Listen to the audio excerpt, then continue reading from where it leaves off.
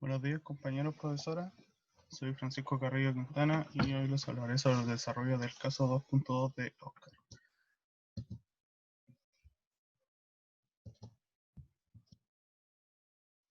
Como introducción presentaremos el caso clínico donde vemos a Oscar de 20 años, el cual se presenta al consultorio de su ciudad por ausencia de desarrollo puberal. En términos de antecedentes se ve que tuvo un nacimiento espontáneo normal y no tiene hermanos. Se observó micropene, pero no se hizo alguna intervención más allá de la identificación. A los 11 años también presentó lagrimeo frecuente, el cual tampoco tuvo una intervención. A los 15 años se le identifica anosmia, lo cual se define como la disminución de la capacidad olfativa en una intervención psicológica. En el examen físico vemos que pesó 52 kilos, 1,7 metros de altura. En términos de alteraciones presentó ausencia de vello facial, axilas, piernas y voz aguda, vello púbico escaso, testículos prepúberes y una longitud del pene de 2 centímetros, en conjunto con la disminución del olfato que se mencionó anteriormente. Aparte de estas alteraciones, no se encontraron otras anomalías sistémicas. En los exámenes realizados se le realizó una ecografía abdominal, donde la mayoría de los órganos se encontraron normales, excepto los testículos, los cuales se vieron disminuidos en tamaño y volumen. También se le realizó una resonancia magnética, donde se le encontró que el bulbo olfatorio izquierdo presentaba una hipoplasia y el derecho una aplasia, lo cual se refiere a una disminución de tamaño y a una agénesis. En los exámenes hormonales se le realizó la medición de FSH, LH y testosterona, las cuales las tres se vieron disminuidas. El conjunto de estos tres exámenes se le diagnosticó un hipogonadismo hipogonadotrópico, lo cual se refiere a una disminución de la producción de esteroides sexuales y de gonadotropinas. Esto, en conjunto con los antecedentes y el examen físico, se concluye en el diagnóstico de síndrome de Kallmann. Se le realizó un tratamiento con inyecciones de testosterona y dentro de 7 meses presentó mejoras en las alteraciones presentadas. Antes de describir la patología que afecta a Oscar, hablaremos un poco sobre el eje hipotálamo hipófisis gonadal y la producción de hormona liberadora de gonadotropinas, o GnRH. Para empezar, se presenta que en etapas tempranas de crecimiento se realiza una migración de neuronas liberadoras de GnRH, las cuales llegarán al hipotálamo, el cual servirá de zona de almacenamiento y de liberación dependiendo del estímulo que sea, los cuales, si es que se estimula la liberación de dicha hormona, llegarán a la adenohipófisis, lo cual producirá la liberación de FSH y LH al torrente sanguíneo hacia las glándulas dianas, los cuales en este caso serán los testículos y los ovarios, los cuales realizarán sus funciones, las cuales en hombres es la producción de espermatozoides y liberación de testosterona, y en las mujeres la ovulación y la liberación de estrógenos y progesterona. Luego, estas mismas hormonas sexuales servirán como feedback negativo hacia la adenohipófisis o al hipotálamo, así regulando la liberación de GnRH. En esta imagen se ve de igual manera en verde las neuronas liberadoras o productoras de GnRH, los cuales llegarán al hipotálamo, se almacenarán y luego, dependiendo del estímulo, llegarán por el sistema de vena porta hacia la adenohipófisis, los cuales producirán la liberación de LH y FSH hacia el torrente sanguíneo, los cuales llegarán a los testículos y los ovarios, teniendo su actividad en las células de Sertoli y de Leydig, en los ovarios en el cúmulo y las paredes, los cuales terminarán en la producción de hormonas sexuales y gametogénesis en ambos. Ya escrito este eje, se describirá el síndrome de Kallmann, el cual se puede definir como un desorden genético heterogéneo, donde heterogéneo nos referimos a que se presentarán distintas manifestaciones clínicas en una multitud de pacientes.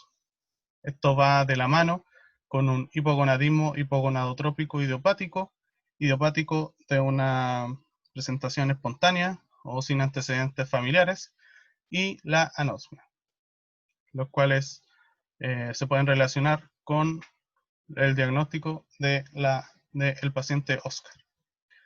Vemos que en términos generales se ve que esta patología se presenta por una alteración en la migración de las neuronas liberadoras de GNRH desde el epitelio hacia el hipotálamo, lo cual produce una alteración en el eje hipotálamo-hipófisis gonadal que se describió anteriormente.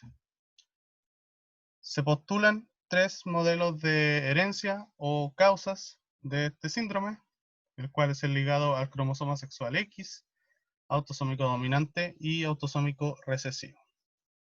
Algunas de las manifestaciones clínicas que se pueden presentar en esta patología se pueden ver en el hombre el micropene, ausencia o incompleto desarrollo de caracteres sexuales secundarios, lo cual, como se puede comparar, fueron también manifestaciones clínicas que presentó el paciente al examen físico: disminución del líbido, infertilidad y disfunción eréctil por la falta de esteroides sexuales.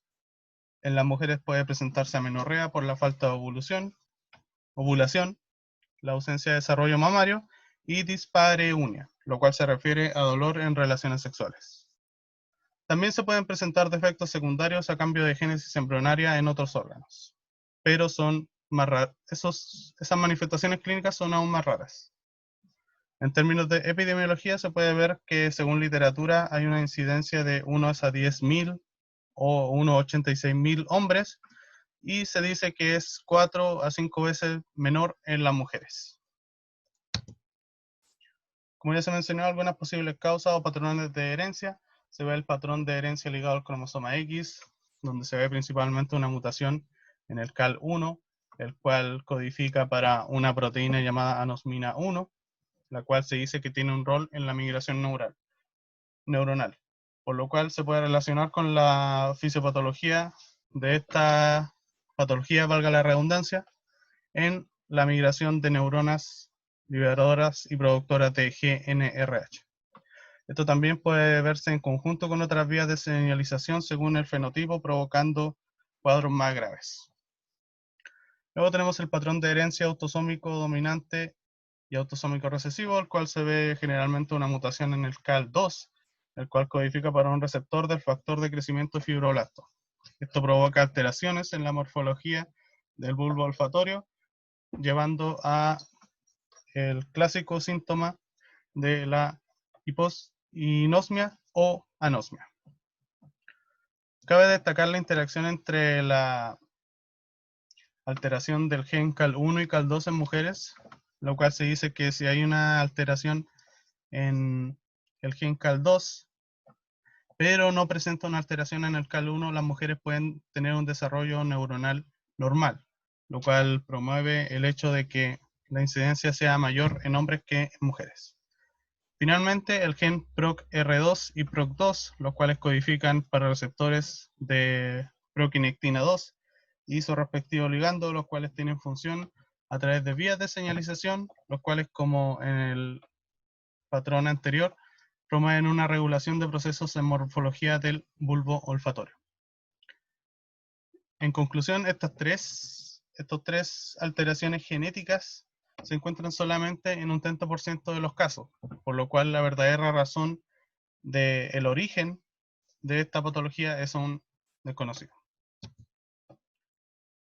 En términos de fisiopatología, independiente del origen genético que tenga, se puede ver que una combinación de alteraciones en la migración de neuronas liberadoras de GNRH en periodos fetales, más alteraciones en el bulbo olfatorio, van a provocar una acumulación de estas neuronas y de GNRH en la zona nasal superior del cráneo y en ciertas partes de la meninge, los cuales van a resultar en un hipogonadismo hipogonadotrópico por falta de GNRH, alteraciones en el eje hipotálamo-hipófisis gonadal y una hipoplasia o aplasia del bulbo olfatorio, los cuales son la mayoría de las manifestaciones que presenta el paciente.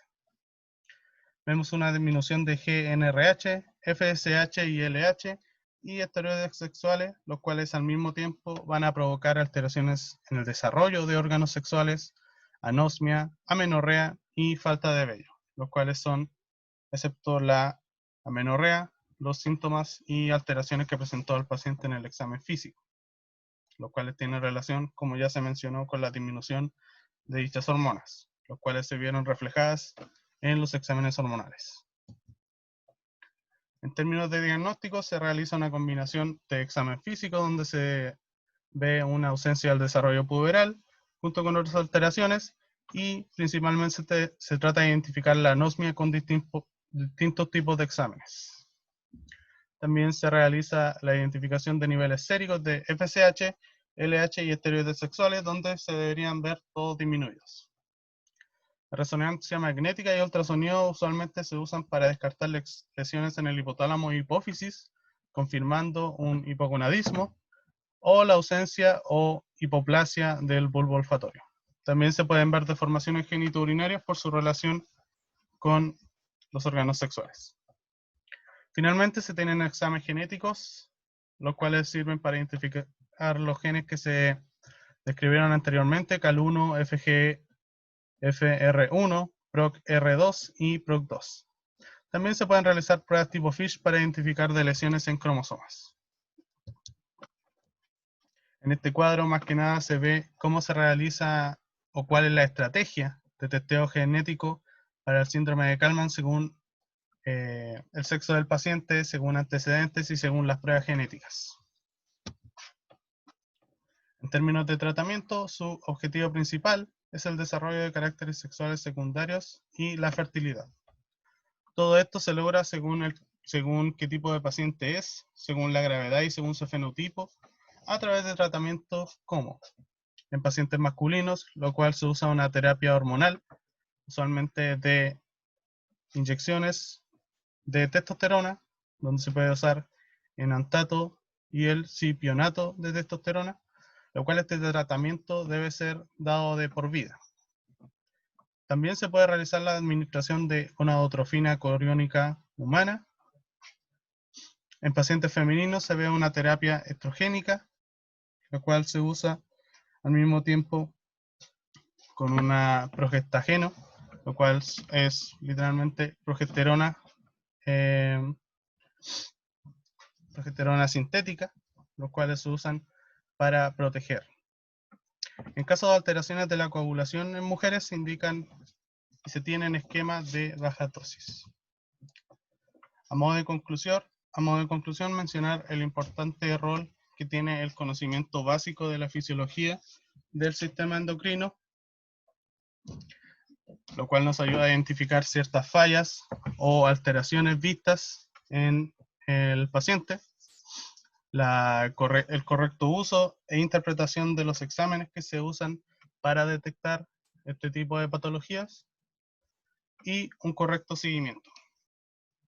En términos del síndrome de Kallmann, se puede identificar que aunque sea una fisiopatología relativamente simple, puede presentar distintas alteraciones o distintos cambios según las alteraciones genéticas, según el fenotipo, cómo se expresen estas alteraciones, combinaciones de estos y generalmente cuál es la causa principal o cuáles son los hallazgos de importancia que se pueden encontrar, que en este caso se menciona el hipogonadismo, hipogonadotrópico idiopático, ya que muchas veces no se tienen antecedentes familiares de la presencia de esta patología, y la anosmia, lo cual se relaciona, como ya se mencionó anteriormente, por la falta de bulbo olfatorio y por esta alteración en la migración de las neuronas que producen y que se almacenan para la liberación de GNRH.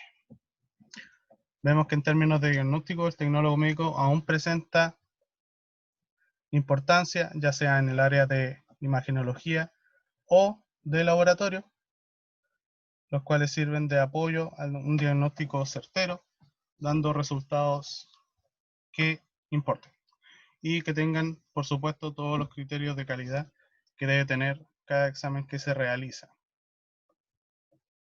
Finalmente, a modo de tratamiento, se ve que estos pacientes presentan buenas mejoras según el tratamiento y dependiendo del tiempo en que se los otorgue. Esa es la bibliografía. Muchas gracias.